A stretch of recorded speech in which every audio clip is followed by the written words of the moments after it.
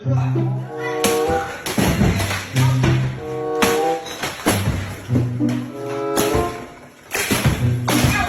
vous savez à qui l'envoyer cette télé pour éviter les prochains dégâts?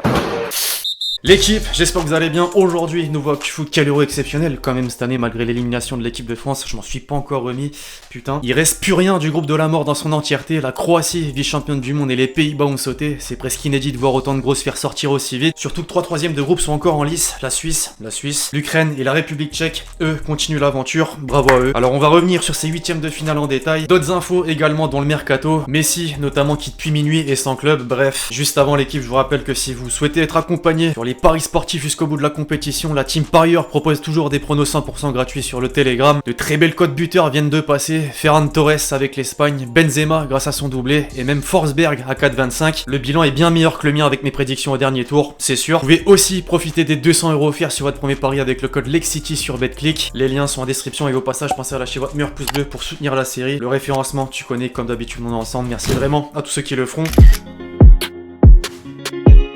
Ce qu'on garde malheureusement en tête cette semaine, les amis, même 48 heures après, c'est forcément ces images de nos bleus juste après l'élimination en 8ème de l'Euro. Benzema en particulier qui a vraiment répondu présent, contrairement à certains, pour son retour avec 4 buts au compteur. À 33 ans, les occasions d'ajouter des trophées à son palmarès avec la sélection sont forcément rares. Le 9 sort évidemment triste et déçu, tout comme nous. Bon, faut pas oublier la Coupe du Monde en décembre 2022, c'est bientôt. Le bon char est nécessaire.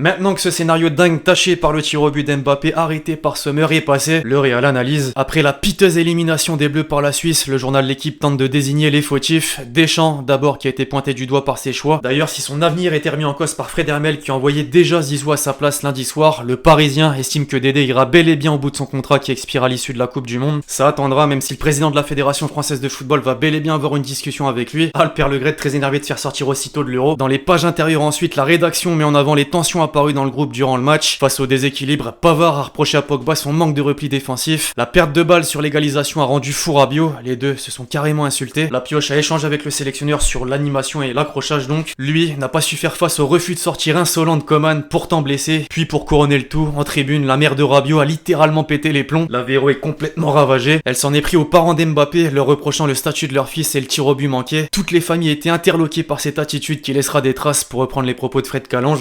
J'ai qu'une chose à dire, restons dignes et arrêtons les polémiques. Quelques heures avant ce fiasco qu'on connaît, un autre match épique avait lieu entre l'Espagne et la Croatie. La Roja avait mal commencé avec un but gag contre son camp. Décidément, c'est l'Euro des boulettes. Avant de reprendre un avantage confortable, comme l'équipe de France à 3-1 dans les dernières minutes, les Espagnols ont craqué en se faisant revenir au score, puis Morata a délivré les siens en prolongation pour aller chercher la Manita, le 5-3. Marca n'a pas manqué de féliciter son équipe sur une double page en titrant inoubliable. Les Croates, de leur côté, ont évoqué un drame au Danemark, mais salut néanmoins le fait d'être revenu dans la partie. Pareil sur la première page de 24 Sata, triste et fier sur une image de Modric. Le Ballon d'Or 2018 a encore prouvé malgré l'issue difficile. En tout cas, ce lundi 28 juin restera gravé dans l'histoire de la compétition tant il y a eu de rebondissements. 14 buts en 2 matchs ont été inscrits ce jour et c'est ce que soulignent les Sportios, les meilleurs scénarios de notre sport. Bon, toujours mieux quand ils nous sont favorables. Les Portugais qui osaient aborder leur 8ème avec des gaufres belges au dîner ont de quoi regretter. Le champion d'Europe n'a finalement pas assumé son statut, c'est une désillusion pour Ronaldo et les siens qui n'ont pas su mettre le ballon au fond des filets. Pourtant, des occasions, il y en a eu. 24 tirs dont seulement 5 cadrés, plusieurs coups de pied arrêtés, la possession qui va avec. C'est ce qu'a mentionné le sélectionneur en ajoutant que certains joueurs ont pleuré dans le vestiaire. Il y avait de quoi au vu du niveau affiché par quelques-uns. Renato Sanchez par exemple qui a fait la une d'Abola. Par contre, le média nous a pas respecté à notre tour avec son il y aura toujours Paris en clin d'œil à 2016. On se console comme on peut. Les Diables Rouges qui ont été phénoménales pour reprendre la dernière heure se qualifient donc pour l'écart grâce en partie à Torgan Hazard, auteur du seul et unique but de la rencontre. Sa prestation a été mise en avant chez Record au Portugal mais aussi en Angleterre aux côtés de son frère dans le Guardian. Eden, au même titre que De Bruyne, inquiète pour la prochaine étape. Visiblement, les deux sorties sur blessure ne seront pas à 100% selon Roberto Martinez. Et ça, c'est une mauvaise nouvelle, surtout quand on connaît la forme de l'adversaire. L'Italie, déjà prêt à en découdre avec le meilleur buteur de l'Inter cette saison. À nous deux, Lukaku. La squadra Azzurra, elle, a tremblé pendant 90 minutes face à l'Autriche, mais a une fois de plus confirmé avec Chiesa qui a ouvert la marque près de 25 ans après son père, en 96 contre la République tchèque. L'histoire appréciée. Le Corriere dello Sport demande plutôt à tous ses joueurs de ne pas se réveiller, tant ils font rêver. Les Italiens poursuivent leur série record d'invincibilité avec 12 victoires consécutives. Les Autrichiens l'ont amer au pays, mais n'ont pour autant pas démérité en passant tout proche de l'exploit et en mettant au passage fin à l'enchaînement de clean sheet adverses. Le groupe de la mort, le fameux, n'aura pas survécu bien longtemps. Après le Portugal, nous, les Français, l'Allemagne a pris son chaos sur la pelouse de Wembley. Une nouvelle grosse déception pour la presse allemande qui a donc dit au revoir à Joachim Löw. Comme prévu, son départ est acté. Hansi Flick va lui succéder. Le désormais ex-sélectionneur de la Mannschaft a tout de même obtenu un certain respect pour le travail accompli. En 15 ans à la tête de la sélection, l'Allemagne aura remporté une Coupe du Monde en 2014 et une Coupe des Confédérations en 2017. Retour à la maison, désormais, comme le précise en anglais le quotidien berlinois BZ. Certains joueurs peuvent s'en vouloir, à l'image de Müller qui avait la balle de l'égalisation entre ses pieds avant de rater son face-à-face. Les trois lions, eux, n'ont pas manqué d'efficacité et peuvent encore y croire, en partie grâce aux deux buteurs, Sterling qui s'est encore montré décisif, l'ailier anglais a illustré la première page du Daily Mail Euro Verdict, et Kane qui a enfin mis un terme à sa longue disette, Dare to Dream, oser rêver. Il aura donc fallu attendre 55 ans pour que l'Angleterre batte l'Allemagne dans une phase finale d'une compétition majeure, un moment historique que les fans ont bien fêté. Même pour le sélectionneur, c'est une sacrée vengeance. Southgate qui en tant que joueur en 96 avait manqué un penalty décisif contre cette même équipe. Point d'honneur également pour deux autres éléments de l'effectif, Maguire qui a été élu homme du match et Pickford qui n'a pas pris de but depuis le début de la compétition. Les têtes sont maintenant concentrées sur la suite. Direction Rome, à l'extérieur, c'est la première fois pour tenter d'arracher une place dans le dernier carré. Avant ça, faudra battre l'Ukraine qui a battu la Suède. C'est seulement le deuxième quart de finale en tournoi majeur pour le pays de Shevchenko. Par contre, l'un des acteurs ne sera pas au rendez-vous. Danielson a fait un attentat, le genre de tac que tu vois en district. L'Ukrainien est blessé, il manquera près de 6 mois de compétition, c'est énorme. Parmi les gros qui ont subitement été stoppés dans leur élan, les Pays-Bas en font partie. Dumfries, Wijnaldum et Depay n'auront pas suffi. La main terrible de De Ligt causant son expulsion a changé la donne. Les Néerlandais se sont fait surprendre et ce résultat laissera des traces. De Boer, le sélectionneur, a été démis de ses fonctions. Les têtes tombent au sein des sélections. A noter que Schick a encore amené sa patte dans ce match. Le Tchèque est sur 15 buts en 30 apparitions.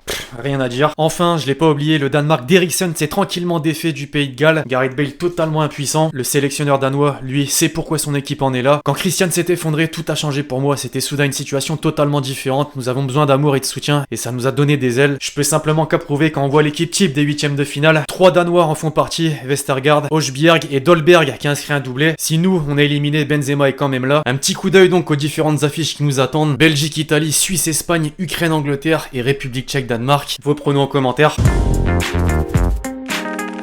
Juste après l'Euro, l'équipe, vous le savez, les JO de Tokyo ont commencé. Gignac, Thauvin et Savanier étaient pressentis pour y participer. La liste de Ripoll est tombée, ils sont bien là, avec des surprises aussi. Le Lensois, Michelin par exemple en défense. Au milieu, Kamavinga, mais pas Dawar. Surprenant même si rien n'est définitif. Des clubs refusent toujours de libérer leurs joueurs. C'est le cas de Nice, Lille, Monaco et Chelsea. Des changements vont forcément avoir lieu. La sélection espagnole est également tombée. Pareil, il y a du bon monde avec les Pedri, Asensio, Olmo, Potores, Eric Garcia. Et j'en passe. Un petit mot sur le mercato. C'est enfin réglé pour Christophe Galtier. L'entraîneur a bel et bien choisi Nice et a signé pour les 3 prochaines saisons. Alors pourquoi Nice? Il a répondu justement, il s'est dit beaucoup de choses. Passer du champion de France à Nice, ça peut interpeller, mais je sais où je veux aller. Je suis persuadé qu'ici c'est le bon projet. Je ne viens pas pour l'argent, sinon je serais plus en Europe. Comme ça c'est clair. On est le 1er juillet et depuis moins de 24 heures, Messi n'est désormais plus sous contrat avec le Barça. Ce décompte monumental dans l'émission El Chiringuito. Messi ya no es jugador del Barça. Des grands malades, forcément, il est libre. Pour autant, ça n'inquiète pas le président du club, Laporta, qui est très confiant concernant sa prolongation de contrat. Il se dit que l'Argentin a accepté de diviser son salaire par 2, à voir après la Copa América. As, ce matin, revenait également sur le cas Sergio Ramos. Les deux ont le même point commun que certains d'entre nous, ils sont au chômage,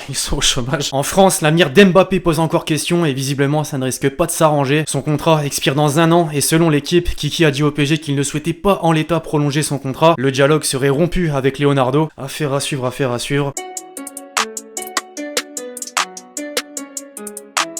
Le Français, tiens justement, a encore fait parler après son tir au but manqué face à la Suisse menant à l'élimination. Dimeco a donné son avis sur RMC, qu'Mbappé tire le tir au but en 5ème position, pourquoi pas. Il a assumé ses responsabilités, je ne peux pas tirer sur Kylian au sujet du tir au but. Il va falloir porter ce fardeau pendant quelques temps, il a de l'ego et ça va lui faire des gros matchs. Il a pas totalement tort. Sagnol sur l'équipe le soutient à son tour, Mbappé n'a pas marqué à l'Euro et a manqué son tir au but. Mais non, c'est pas symbolique, c'est arrivé à Platini, Trezeguet, Zico et à plein de grands joueurs de rater un penalty. En plus, c'est pas un penalty raté, c'est un penalty arrêté. Ça, beaucoup l'oublient. Pour en finir avec ce match, Mourinho a critiqué Deschamps, carrément. Il a eu tort, avant une éventuelle prolongation, vous ne pouvez pas changer Griezmann à la 89e. À la fin, vous allez en prolongation et vous vous tirez une balle dans le pied parce que vous l'avez remplacé à la dernière minute. Les choix tactiques et les remplacements à revoir, forcément. Alors ça tire, mais pas que sur la France. Roy Keane, lui, s'en est pris à Joao Félix. Ce gamin est un imposteur, c'est un imposteur, ton pays a besoin de toi, tu sors du banc comme ça. Il faut tirer. Combien il a coûté? 100 millions d'euros. Si j'étais Ronaldo, je lui rentre dedans dans le vestiaire.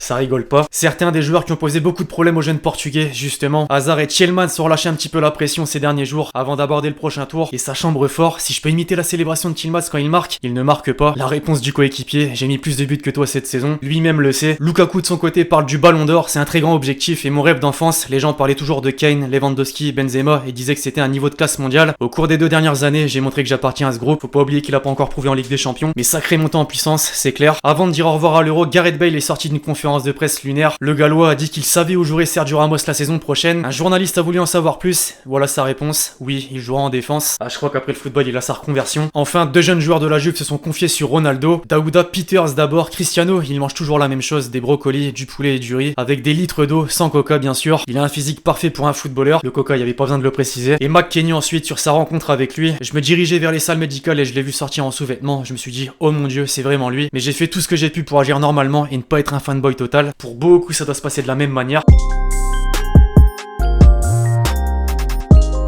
La question que vous m'avez posée dans les commentaires du dernier ActuFoot, pourquoi et comment es-tu devenu supporter de Lens? Bah, meilleur club de France évidemment. Je vais me faire des ennemis, non plus sérieusement c'est plus de père en fils, tout simplement. Le premier match que j'ai vu dans un stade c'était à Bollard et vous n'êtes pas sans savoir que l'ambiance dans ce stade, bah elle te marque à vie, tout simplement. Après j'y suis retourné plusieurs fois et j'ai jamais lâché, voilà, toujours fidèle. Second poteau Pavard.